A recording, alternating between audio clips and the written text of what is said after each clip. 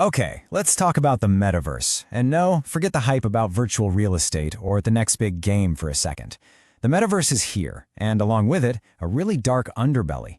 We're about to dive into a whole new frontier of cyber threats, ones that don't just steal your data, they attack reality itself. We're talking about the future of digital trust, and believe me, the stakes could not be higher. Right off the bat, you need to understand this. The game has completely changed. For years, we were all worried about data theft, right? Hackers stealing our passwords, our credit card numbers. But in the metaverse, the threat is so much bigger. The real danger now is the power to manipulate digital reality, to literally change what we see, who we think we're talking to, and what our systems accept as true. And look, this isn't some science fiction problem for the future. The projections are staggering. We could see over $2.3 billion lost to Web3 exploits in just 1 year. To put that in perspective, that's more than the entire previous year combined. This isn't just a problem, it's a full-blown crisis, and it's accelerating fast. So, let's start with this massive shift, what we're calling the reality manipulation threat. You know that old security playbook, the one about building digital walls and fortresses to keep the bad guys out?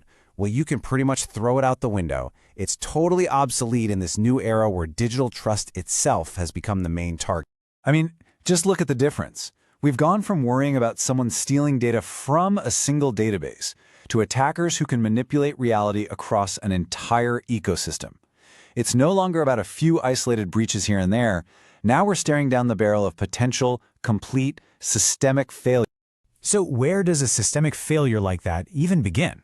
Well, a lot of the time, it starts at the very foundation. The problem is that the code itself, the literal building blocks of these new worlds, can become a permanent backdoor. See, in these new worlds, you have these things called smart contracts.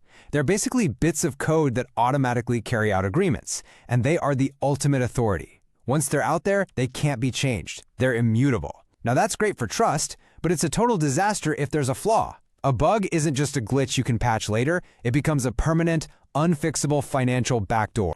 And the most devastating example of this is something called a reentrancy attack. It's a nasty little coding vulnerability that basically lets an attacker trick a smart contract into letting them withdraw money over and over and over again, all before the contract even has a chance to update its balance and realize it's being robbed blind. Okay, here's exactly how it works. The attacker calls the withdraw function. Simple enough. The target contract sends the money, but, and this is the absolute key, before it updates its own balance, it makes a little call to the attacker's contract. That malicious contract then immediately re-enters the original function, asking for another withdrawal. This loop just repeats and repeats, draining the entire contract dry in seconds. And the impact? It's just devastating. In a recent 9-month period, this one single type of vulnerability was responsible for over $420 million in losses. This isn't theoretical. This is a real, persistent, and incredibly costly failure happening at the very core of the system. But you know, the threats aren't just buried deep in the code. There's a whole other front in this war, and this one is much more personal. We're talking about the battle for your identity. In a world with no central gatekeepers, AI and deepfakes are making it nearly impossible to be sure who or what is real. Get this, synthetic identity fraud, that's where criminals create entirely new fake people using a mix of real and made-up data, is up a staggering 378% year over year. Impersonation scams are also just exploding. Forget ransomware, identity is the #1 cybersecurity battleground right now. And what's pouring gasoline on this fire? The insane rise of deep fake technology, which saw a 700% spike in just a single quarter. In the metaverse, this leads to something called avatar impersonation. An attacker can clone your voice from just a few seconds of audio and then slap it onto a copy of your visual avatar to trick your friends or even your colleagues into sending them money. And don't think that fancy multi-factor authentication is going to save you. Attackers now use something called MFA fatigue, where they just spam you with login requests until you get annoyed and accidentally approve one. Or even scarier, they use session hijacking to steal your browser's authenticated cookie, letting them waltz right past the login process entirely. You can literally buy active logged-in sessions as a service on the dark web now. Now imagine taking all these threats we've just talked about and weaponizing them on a global scale. Well, you don't have to imagine. Welcome to the new hacktivist frontier. We've evolved way past simple digital graffiti. We're now in an era of coordinated, state-sponsored sabotage playing out in this new digital world. Yeah, the major players aren't lone hackers in a basement anymore. They're organized, sometimes state-sponsored collectives. And they form these tactical alliances to launch attacks from multiple angles at once. So, for example, one group might hit a country's financial systems, while another simultaneously goes after its energy grid, just creating absolute chaos on every front. And here's the most critical part. The line between the digital and the physical world is getting dangerously blurry. Groups like Sector 16 and Z-Pentest have already successfully broken into the industrial control systems for things like oil pumps and water treatment plants. Their goal isn't just to cause a digital disruption, it's to prove they can cause real-world physical damage. So, after hearing all of that, you're probably asking, how in the world do we fight back?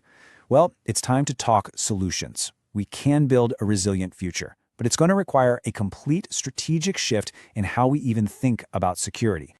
This lays out the new philosophy perfectly. The old way was all about fortress security, trying to build an impenetrable wall. The new way, it's called digital resilience. And it starts with a pretty radical assumption. Assume you've already been breached. The whole mindset flips from trust but verify to never trust, always verify. The goal isn't just to prevent an attack anymore, it's about having the ability to recover when you get hit.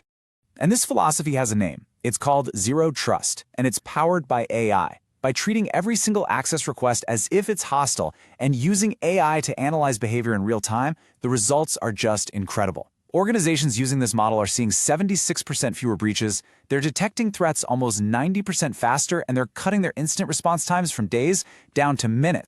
And this isn't just some corporate strategy either. It's being done on a national scale. Take a look at Malaysia. They actually launched their own national blockchain infrastructure. They're using it to build a foundation of trust for everything, from a sovereign digital ID for all citizens, to securing supply chains, to making cross-border trade safer. They're literally taking back their own digital sovereignty. At the end of the day, it really all comes down to this. In our increasingly digital world, trust is everything. It is the absolute bedrock of our economies, our identities, our relationships. And as we've just seen, it's also the most vulnerable asset we have. So as we build these incredible, mind-blowing new worlds, we also have to confront their dark underbelly. In a future filled with deepfakes, AI agents, and code that's literally law, the most fundamental challenge we all face is this one question: how will we prove what's real?